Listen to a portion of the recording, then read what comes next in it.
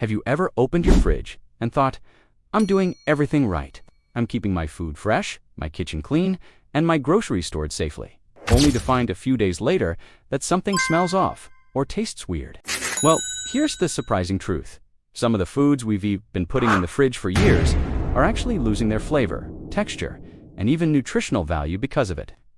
Yes, you heard that right. Keeping certain foods cold can do more harm than good. And today, I'm going to tell you about 7 foods you should never keep in the fridge if you want to keep their taste, texture, and nutrients intact. Hey everyone, welcome back to Silver Vetalware. We talk about simple ways to stay healthy, energized, and live your best life every single day. If you care about what you eat and how you store it, this one's going to open your eyes. Because sometimes, small changes in how we handle food can make a huge difference in our overall health. Let us start with one of the biggest mistakes almost everyone makes in the kitchen: putting tomatoes in the fridge. It feels natural, right? You come home from the market, unpack your groceries, and you just toss those bright red tomatoes straight into the fridge because you think that's the safest way to keep them fresh. But here's the truth. Refrigeration is the fastest way to ruin the flavor and texture of a tomato. Tomatoes are not just any fruit, they're living, breathing things, even after they're picked. They continue to ripen, their enzymes stay active, and their natural sugars keep developing. That's what gives them that perfect, rich, slightly sweet, slightly tangy taste we all love. But when you put them in the fridge, you're basically putting those living enzymes to sleep.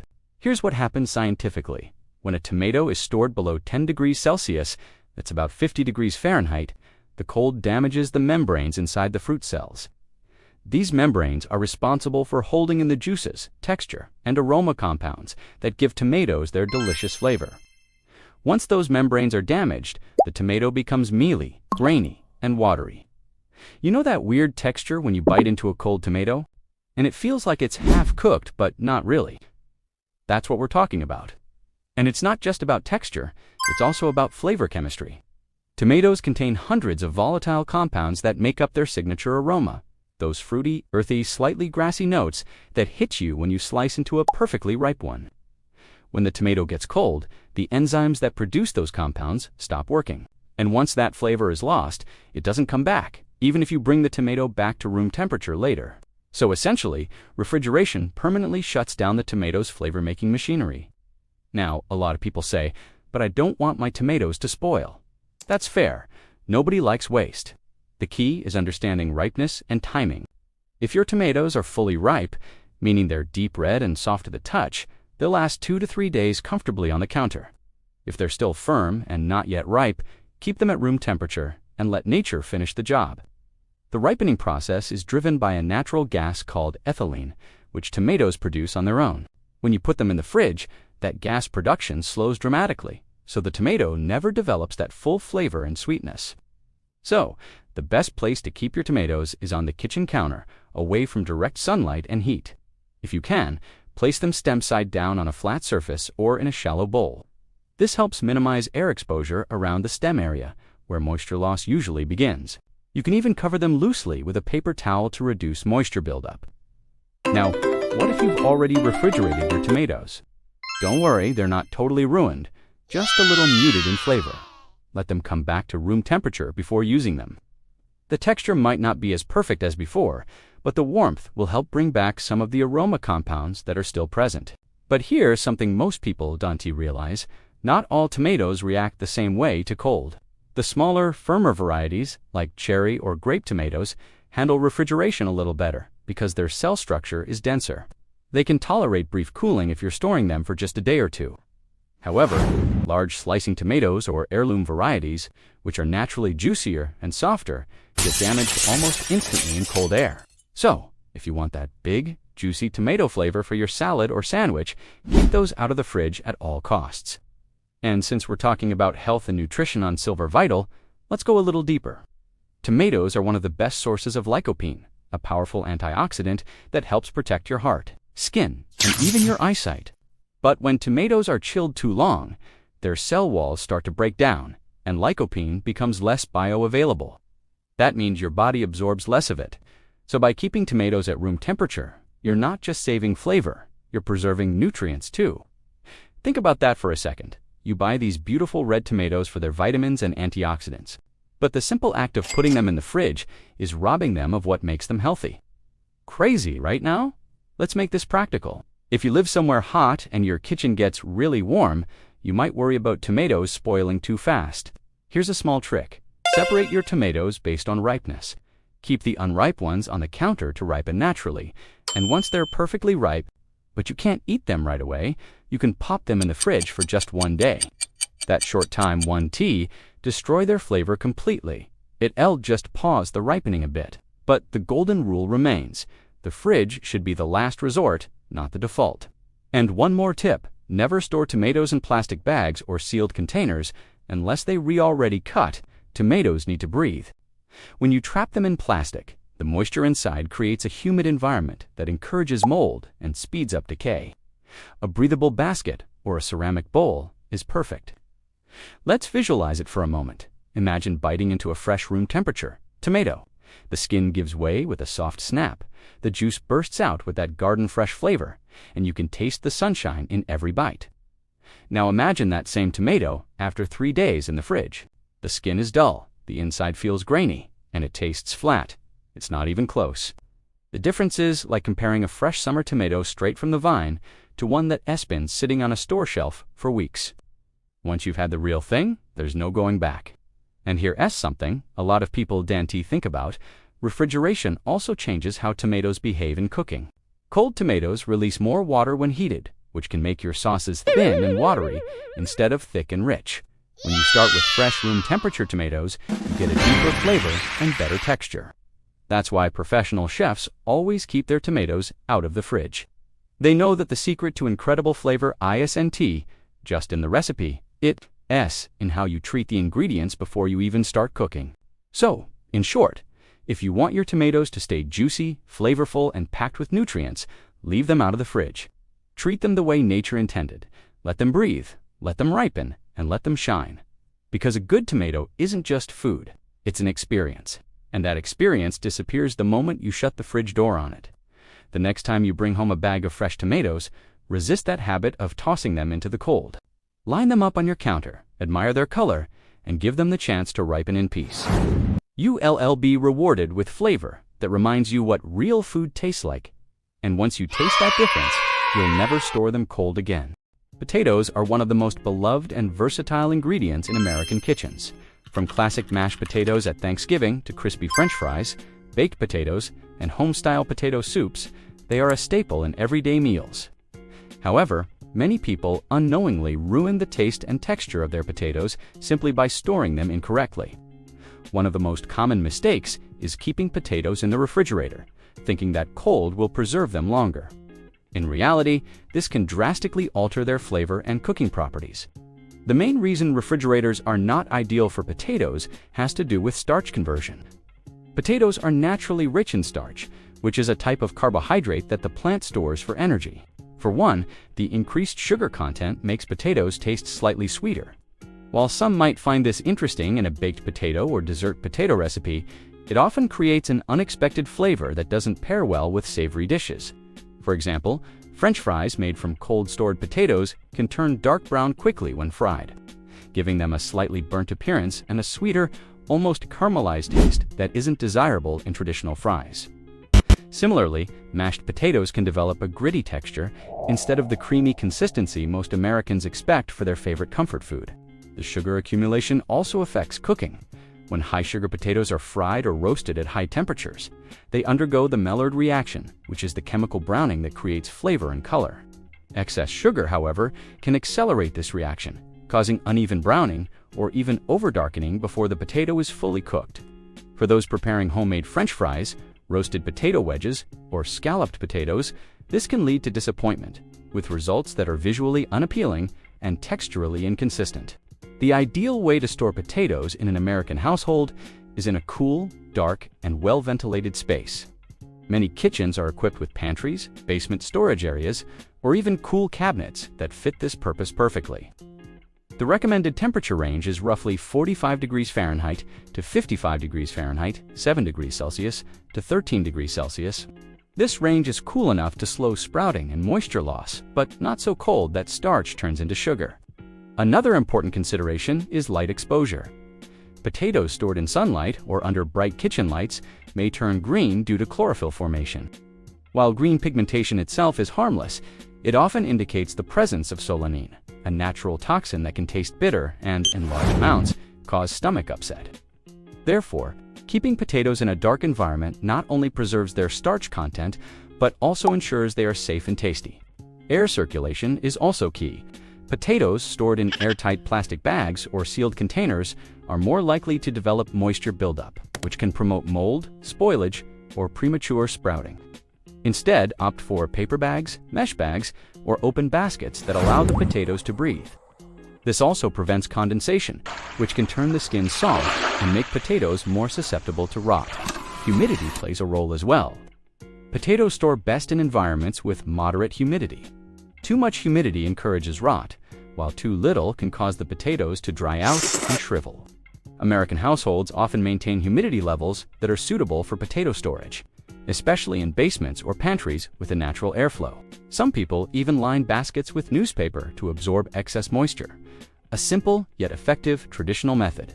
Proper storage also extends shelf life, giving you the flexibility to buy potatoes in bulk without worrying about them going bad quickly. This is especially convenient in the US, where many families purchase potatoes from grocery stores in large 5 to 10 pound bags. By keeping them in a cool, dark, and ventilated place, potatoes can last several weeks without sprouting, turning sweet, or developing off flavors. It's also worth noting that different types of potatoes respond differently to storage. For example, russet potatoes, which are commonly used for baking and frying, store well in cool, dry conditions and retain their fluffy texture. Yukon Golds, preferred for mashing or roasting, also benefit from similar storage conditions but may sprout faster if the environment is too warm. Awareness of the potato type can help American cooks plan their kitchen storage and meal preparation more effectively. Finally, avoiding the refrigerator has another practical benefit. It simplifies meal prep. Many American households rely on quick, efficient cooking, especially for weeknight dinners. Keeping potatoes at room temperature or in a cool pantry means they are ready to use at any time, without needing to revive them from a fridge-induced gritty texture. From home fries to potato gratins, the potatoes maintain their intended flavor and texture, ensuring your family meals are both satisfying and visually appealing. By following these storage principles, American home cooks can enjoy potatoes at their best, creamy, fluffy, and full of flavor whether mashed, fried, baked, or roasted. Avoiding the refrigerator is a simple yet crucial step in maintaining the quality of this essential kitchen staple. Onions. Why fridge storage makes them soft and moldy, and how to store them properly. Onions are one of the most essential ingredients in American kitchens. Whether it's the base for soups, sauces, stir fries, or your grandmother's famous chili onions, add the foundation of flavor that makes dishes taste full and aromatic. They're also inexpensive, easy to find, and last a long time. That is, if you store them the right way. But here's the problem. Many people store onions in the refrigerator, assuming that cold storage automatically means freshness. While refrigeration is great for most fruits and vegetables, onions are not one of them. In fact, cold storage often ruins their texture, flavor, and shelf life. Instead of staying crisp and flavorful, onions become soft, soggy, and moldy far sooner than they should. So, why does this happen? What's going on inside that onion bulb when it's sitting in your fridge? And what's the best way to store onions so they stay fresh and usable for weeks or even months? Let's unpack the full story, the science, the chemistry, and the practical kitchen wisdom behind why onions should almost never go in the fridge. 1. Understanding the onion structure and purpose. To understand why onions behave the way they do, we need to start with what an onion actually is. An onion is not just a random vegetable. It's a bulb, a specialized underground storage organ designed by nature to help the plant survive tough conditions and regrow later. Each onion bulb is made up of layers of modified leaves, tightly wrapped together to protect a small central shoot that will eventually grow into the next green plant. Inside, these layers are full of water, natural sugars, and sulfur compounds, the same ones that make your eyes tear up when you slice one. The outer papery skin acts like a natural barrier protecting the juicy inner layers from sunlight, air, and microorganisms. Because onions evolved to survive underground in relatively cool but dry and dark environments. They are naturally built to last without refrigeration, but only when stored in similar conditions. When you move that onion into a refrigerator, you're suddenly changing all those natural conditions. The temperature drops drastically, the air becomes moist, the environment becomes closed and confined, and those changes set off a chain reaction that leads to softness, sprouting, and mold growth. 2. The moisture problem, condensation and decay. The number one enemy of onions in the fridge is moisture. Refrigerators maintain a humid environment to keep most produce from drying out. That's why your lettuce stays crisp and your berries don't shrivel overnight. But onions are different. They don't need moisture, they need dryness. Here's what happens inside your fridge. When you open and close the door, warm air from your kitchen mixes with cold air inside the fridge. This creates condensation, tiny water droplets that form on surfaces, including your onions. The onion's papery skin absorbs that moisture and softens. Once the outer layers lose their dryness, they can no longer protect the inner flesh. This is the perfect setup for bacterial and fungal growth. You might have seen it, fuzzy white or green mold forming around the onion's root end, or slimy patches developing near the outer layers. Even if mold doesn't appear immediately, the moisture causes the onion cell walls to weaken. Over a few days, the onion starts to lose its firmness and develops a spongy texture. That crisp snap you get when cutting a fresh onion disappears, replaced by something limp and rubbery. In short, the fridge's humidity breaks down the onion's outer barrier. Waterlogged layers invite mold and decay. The result is a soft, musty onion that no longer tastes or smells fresh. 3. The cold temperature problem. Enzymes and respiration beyond moisture. The temperature inside your fridge also causes trouble. Onions are what food scientists call low-temperature sensitive crops. They prefer temperatures around 50 degrees Fahrenheit to 70 degrees Fahrenheit, 10 degrees Celsius to 21 degrees Celsius. Below 40 degrees Fahrenheit, 4 degrees Celsius, the cold slows down the onion's natural respiration, its ability to release gases and moisture to maintain balance. That might sound like a good thing, but it's not. When the onion's respiration slows too much, internal enzymes become disrupted, especially those involved in sugar and sulfur metabolism. Over time, these enzymes cause flavor changes. The onion can taste either too sharp or oddly flat, losing its natural balance of sweetness and pungency. Additionally, the cold environment sends confusing signals to the onion's internal shoot. Remember, the bulb's purpose is to regrow into a plant when conditions are right. When cold temperatures persist and then fluctuate slightly, like when you open the fridge door, the onion may interpret that as a springtime signal and start to sprout. Sprouting onions are still edible, but the green shoots drain moisture and nutrients from the bulb, causing it to soften even faster. And sprouting is a clear sign your storage method is off balance. For the airflow issue, why ventilation matters, a fridge is a closed box with limited airflow. Once you put your onions in there, especially if they're stored in plastic bags or airtight containers, air circulation around the bulbs drops dramatically. Lack of airflow traps moisture around the onions. Even a small amount of condensation that could have evaporated in open air instead stays on the surface, feeding bacteria and mold. That's why onions in plastic bags tend to get soft spots so quickly. It's like a miniature greenhouse of humidity. Onions need ventilation to stay dry. Airflow helps remove moisture naturally released by the bulbs and keeps their outer layers crisp. This is why traditional kitchen wisdom, hanging onions in a mesh bag, storing them in wire baskets, or keeping them in old-fashioned onion crates, still works perfectly today. 5. The ethylene effect, the hidden gas that spoils onions faster. Here's something most people don't realize. Onions are sensitive to ethylene gas. Ethylene is a natural ripening agent produced by many fruits and vegetables, especially apples, avocados, bananas, and tomatoes. When stored close to onions, these ethylene-producing foods can trigger premature sprouting and spoilage. Now, think about your refrigerator again. Inside that small, closed environment, gases can't disperse easily. So if you're keeping onions next to apples or bananas in your fridge drawer, those ethylene molecules linger and interact with your onions constantly. Within a few days, you might notice new shoots or faster softening. This is one reason onions do much better in open-air environments, like a pantry or kitchen shelf, where ethylene gas can dissipate freely. 6. How to store onions the right way. So, what's the ideal way to store onions in an American household? It depends on the type of onion, your home environment, and how long you plan to keep them. But the general rule is simple: cool, dry, dark, and ventilated. Here's what that means in practical terms. Temperature. Keep onions between 45 degrees Fahrenheit and 55 degrees Fahrenheit. A basement, garage in mild climates, or cool pantry is perfect. Too warm, and they'll sprout. Too cold, and they'll soften. Light. Keep them out of sunlight or strong artificial light, which can trigger chlorophyll production, turning them green and sprouting. Humidity. Aim for moderate humidity. Extremely dry air causes the skins to crack. Overly moist air encourages mold. Airflow. Store onions in mesh bags, wire baskets, or open paper bags. Never in plastic. The key is letting them breathe. Separation. Keep onions away from potatoes. Potatoes emit moisture and gases that accelerate onion spoilage. Storing them together is one of the biggest mistakes home cooks make. Cut or peeled onions. Once cut, onions should go in the fridge, but sealed tightly.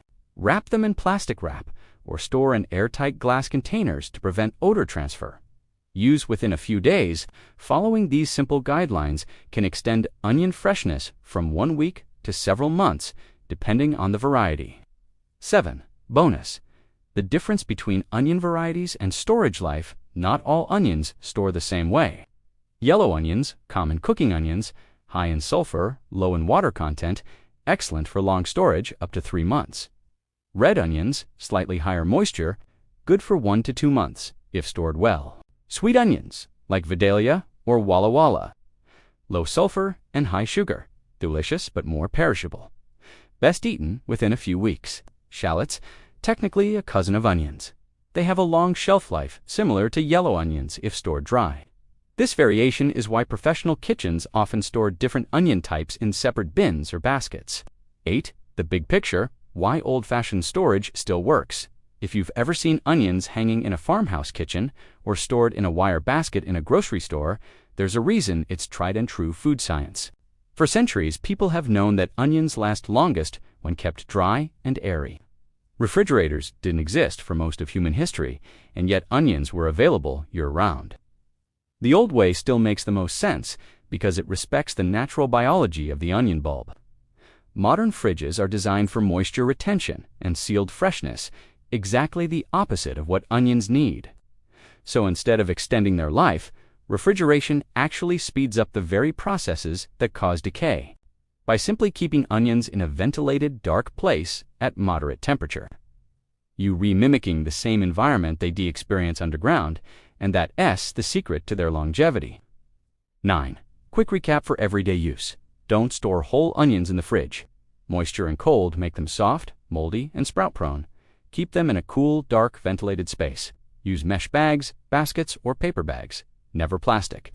Keep them away from potatoes and ethylene-producing fruits. Refrigerate only cut or peeled onions, sealed tightly, and use within a few days. Garlic Allium sativum is one of the most widely used ingredients in kitchens around the world.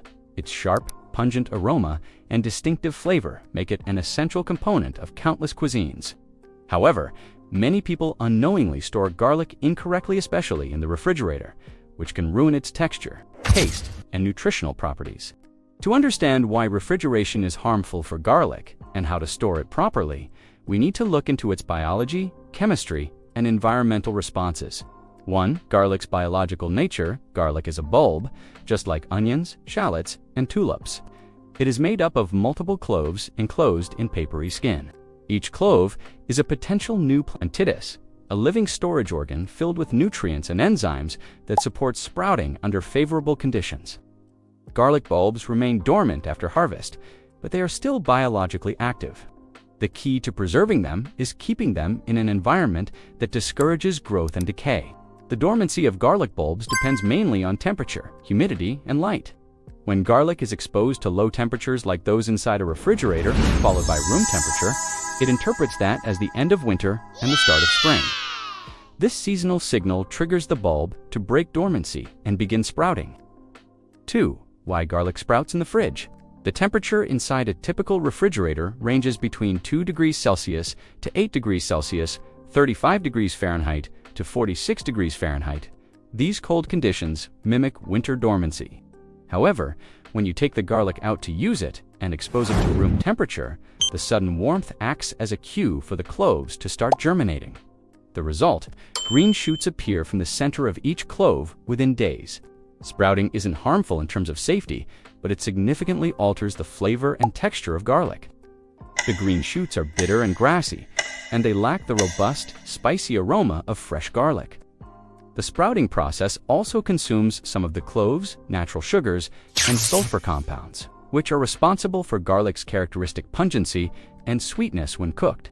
Additionally, the cold, moist environment of the fridge can cause condensation inside garlic bulbs. Moisture encourages mold growth and softening, leading to spoilage. Therefore, storing garlic in the refrigerator not only triggers sprouting, but can also make the cloves mushy, moldy, or tasteless. 3. Flavor chemistry. What happens when garlic sprouts? The unique taste and aroma of garlic come from sulfur-containing compounds.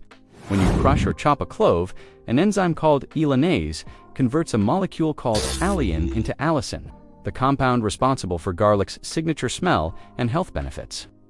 During sprouting, much of the clove's internal chemistry changes. The allicin-producing potential decreases because the enzymes and precursors are diverted into supporting the new shoot. S-growth. The green sprout contains chlorophyll and other compounds that make it taste bitter.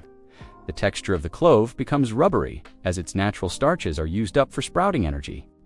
Thus, refrigerated garlic that later sprouts loses not only its desirable sharpness, but also its creamy texture when cooked. 4. Proper garlic storage conditions to prevent sprouting and preserve flavor. Garlic should be stored under conditions that maintain dormancy. The key factors are a temperature. Garlic prefers a cool, dry, and well-ventilated environment, ideally between 15 degrees Celsius to 18 degrees Celsius, 59 degrees Fahrenheit to 64 degrees Fahrenheit. Avoid refrigeration unless you are storing peeled or chopped garlic, which must be kept cold to prevent bacterial growth. Whole bulbs last longest at room temperature, away from direct sunlight and heat sources. B. Humidity. Garlic should be kept in low humidity, around 60%. Excess moisture promotes mold, while overly dry air causes cloves to shrivel. A breathable container like a mesh bag, paper bag, or woven basket helps maintain proper airflow and prevents condensation. Sea light exposure to light can also stimulate sprouting. Store garlic in a dark or dimly lit area, such as a pantry, cupboard, or cellar. D. Air circulation. Garlic bulbs need air circulation to stay dry and fresh. Never seal them in plastic bags or airtight containers. Instead, use materials that breathe. Ceramic or terracotta garlic keepers with small holes are ideal. 5. How long garlic lasts under proper storage hole.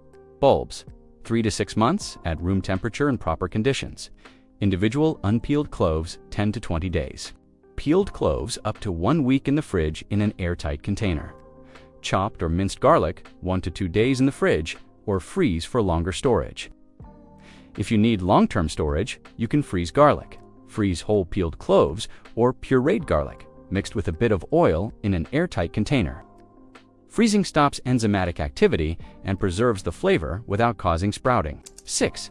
Common mistakes in garlic storage: keeping it in the fridge leads to sprouting and mold. Storing in plastic bags traps moisture and causes rot. Exposing to sunlight triggers premature growth. Breaking bulbs too early shortens shelf life. Only separate cloves when you plan to use them. 7. Summary and key takeaways. Refrigeration confuses garlic's natural dormancy cycle, leading to sprouting and loss of flavor.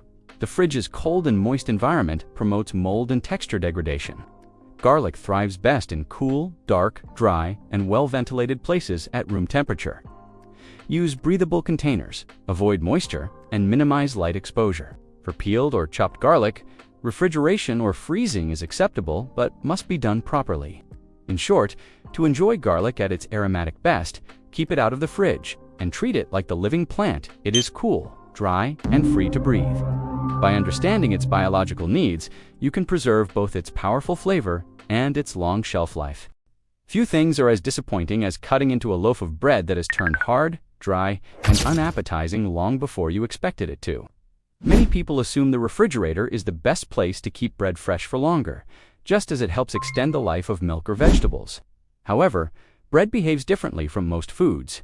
Refrigerating it actually accelerates the process that makes it go stale. Understanding why this happens requires looking at the science of bread's structure, how moisture moves within it, and what staling truly means.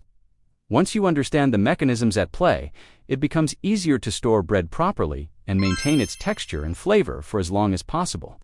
The science of bread freshness when bread comes out of the oven. It is a delicate balance of starches, water, air, and proteins. The soft, fluffy texture of fresh bread comes from the way starch molecules, primarily amylose and amylopectin, interact with water during baking. At high temperatures, these starches absorb moisture and swell a process called gelatinization. When the bread cools, the starches gradually set, giving the loaf its structure while retaining some of the moisture within the crumb. However, from the moment bread begins to cool, a natural chemical process known as retrogradation begins. Retrogradation is the tendency of gelatinized starch molecules to realign into their original crystalline structure over time. As they realign, they expel water that was once trapped between them. This water disappearate, migrates from the starches in the crumb toward the crust or evaporates into the surrounding air. The result is that the crumb becomes dry and firm, while the crust loses its crispness. This is what we commonly call staling. Why the fridge makes bread go stale faster? It might seem logical to store bread in the refrigerator to slow down spoilage, since cooler temperatures inhibit mold growth and bacterial activity. However, the problem isn't microbial spoilage, it's the chemical staling process, which actually speeds up at refrigerator temperatures. Retrogradation occurs most rapidly at temperatures just above freezing between 0 degrees Celsius and 10 degrees Celsius, 32 degrees Fahrenheit to 50 degrees Fahrenheit, which is precisely the temperature range inside most household refrigerators. At these temperatures, the starch molecules in bread recrystallize far more quickly than they do at room temperature or in the freezer. This means that while refrigeration may prevent mold for a few extra days, it will make the bread feel stale, dry, and tough in a fraction of the time. To put it simply, room temperature slows down starch retrogradation, but allows mold to grow after a few days.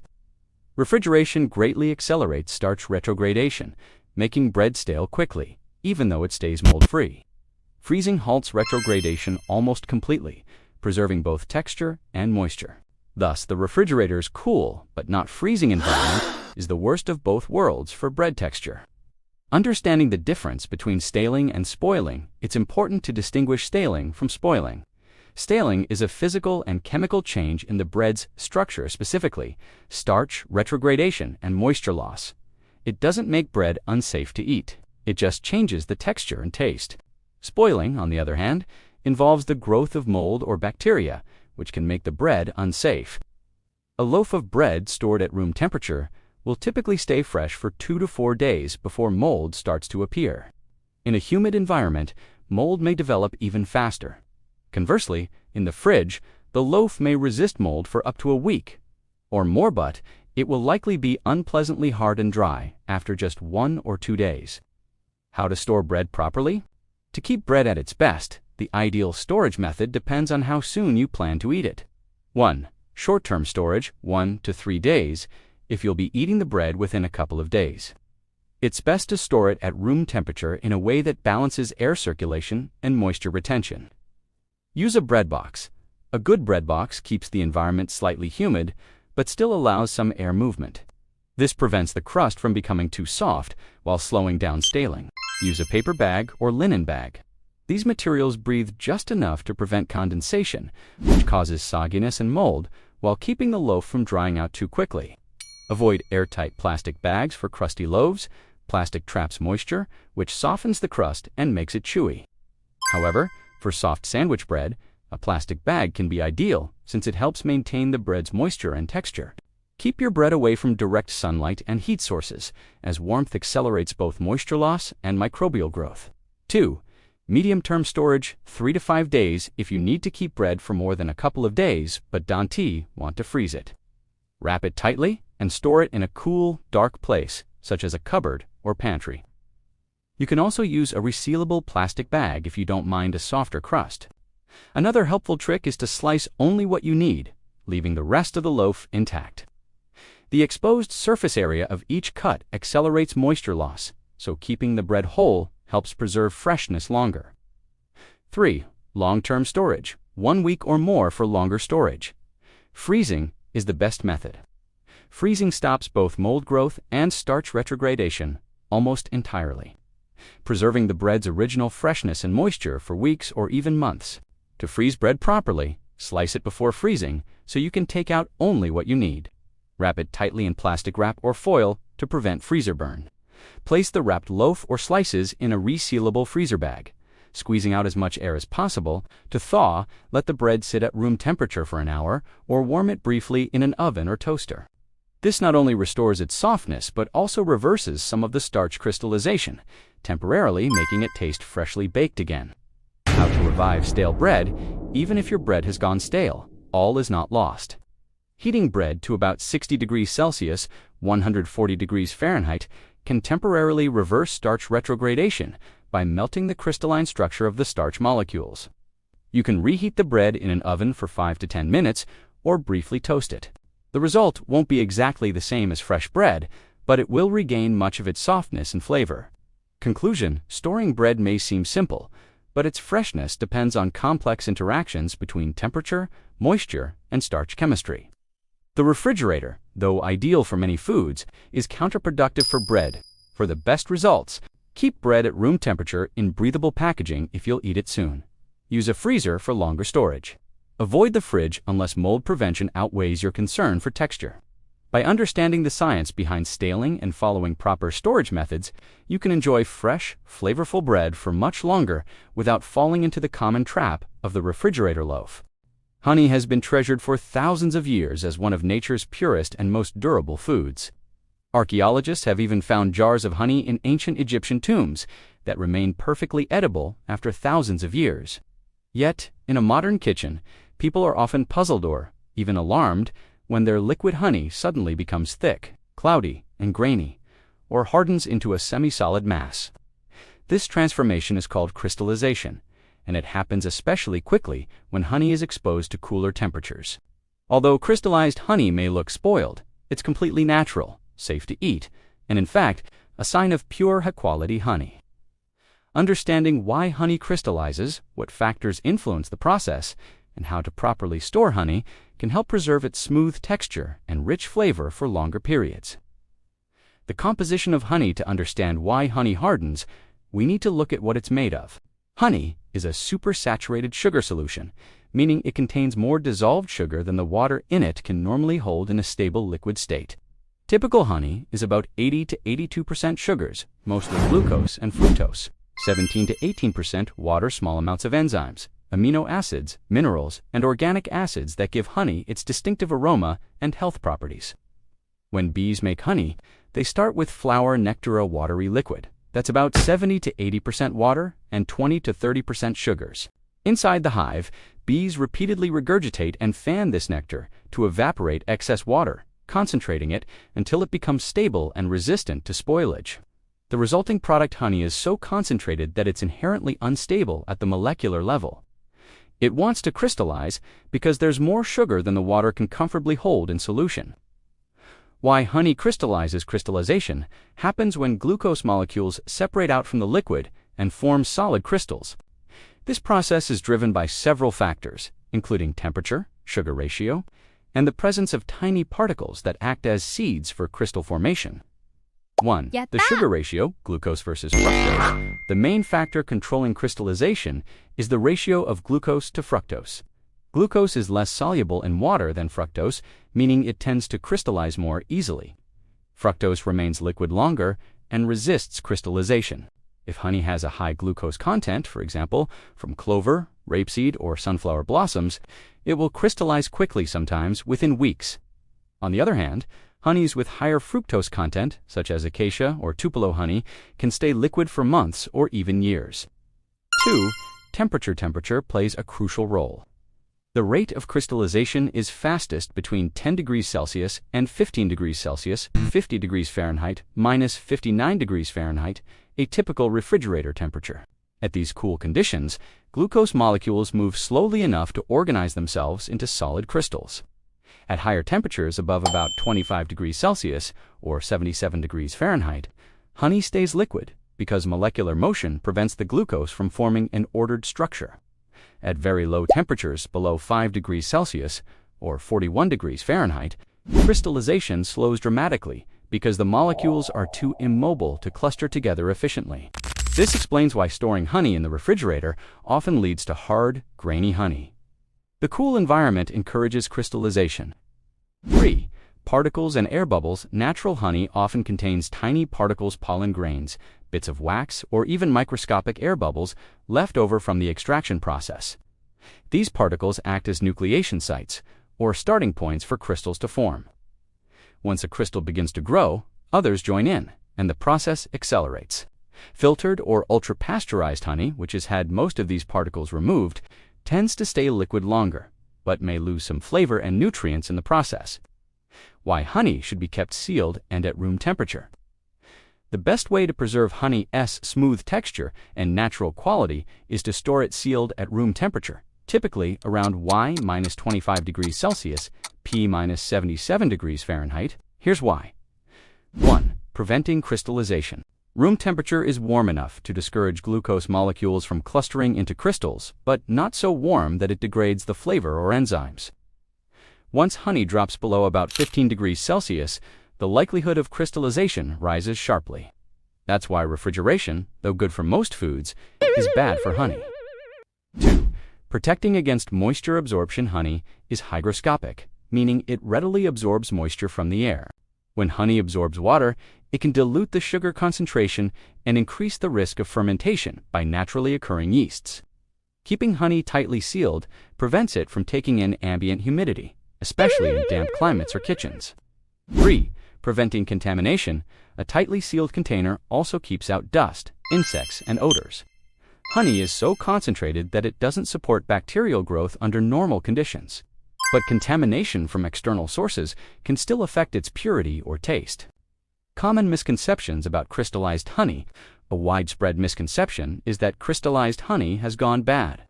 In reality, crystallization is not spoilage, it's simply a natural physical change.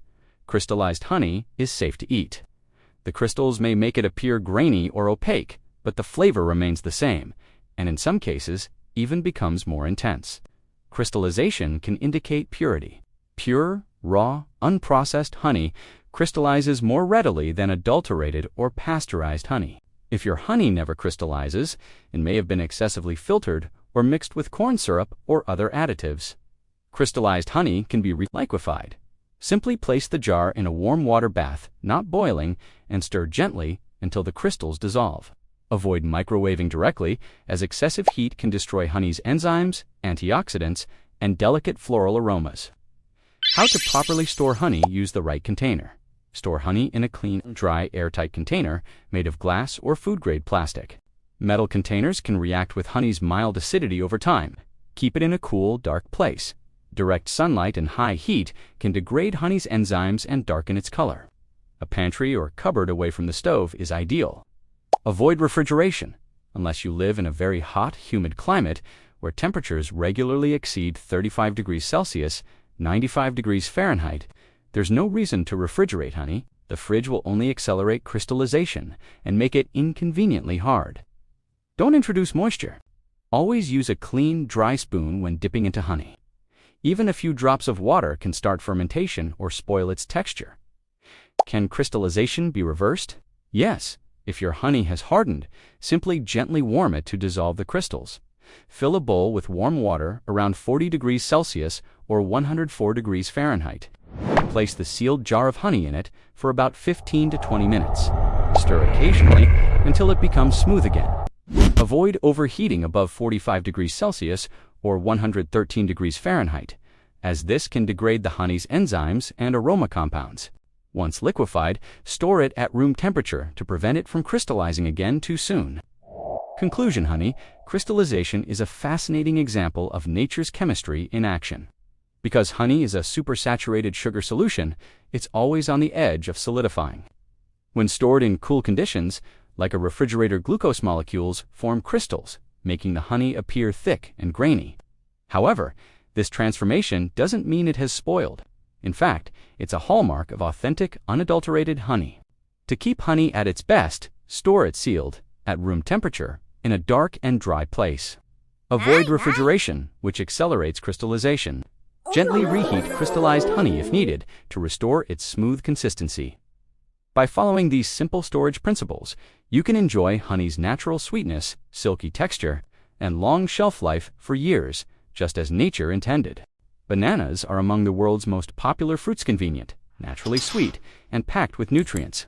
Yet one common mistake many people make is storing them in the refrigerator, thinking it will help them last longer. In fact, the opposite is true. Cold temperatures can degrade bananas, turning their skin black and preventing them from ripening properly.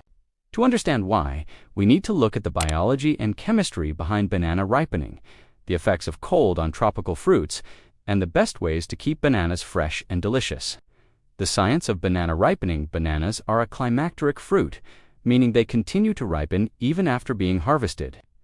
This ripening process is driven primarily by a natural plant hormone called ethylene. Ethylene gas triggers a series of chemical changes inside the fruit. The starches in the banana convert into sugars, making it sweeter. Chlorophyll, which gives the skin its green color, breaks down, revealing the yellow pigments underneath. The texture softens as pectin in the cell walls breaks down. The aroma and flavor develop as various organic compounds are released. This transformation occurs optimally at room temperature, around P-24 degrees Celsius, a -75 degrees Fahrenheit. At these temperatures, the enzymes responsible for ripening work efficiently, ensuring the banana develops its full flavor and sweetness. What happens when bananas are exposed to cold? When bananas are placed in a refrigerator, usually at temperatures between 3 degrees Celsius and 7 degrees Celsius, Y-45 degrees Fahrenheit, their ripening process is disrupted. Since bananas are tropical fruits, they have evolved to thrive in warm environments. Cold conditions are stressful to them and can cause several changes, some visible, others internal. 1. Enzyme inactivation. The enzymes that drive ripening, such as amylases, which convert starch into sugar, and pectinases, which soften the fruit, are highly temperature sensitive. When exposed to cold, these enzymes slow down or stop functioning altogether. As a result, the banana's ripening halts prematurely. A green banana placed in the fridge may remain hard and tasteless for days, and even if it's later returned to room temperature, it rarely ripens evenly again. The internal damage caused by chilling can permanently affect the texture and sweetness. 2. Cellular damage. Chilling injury.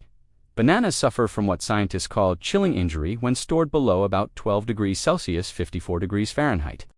The cold damages cell membranes in the peel and pulp, causing the cells to leak and die.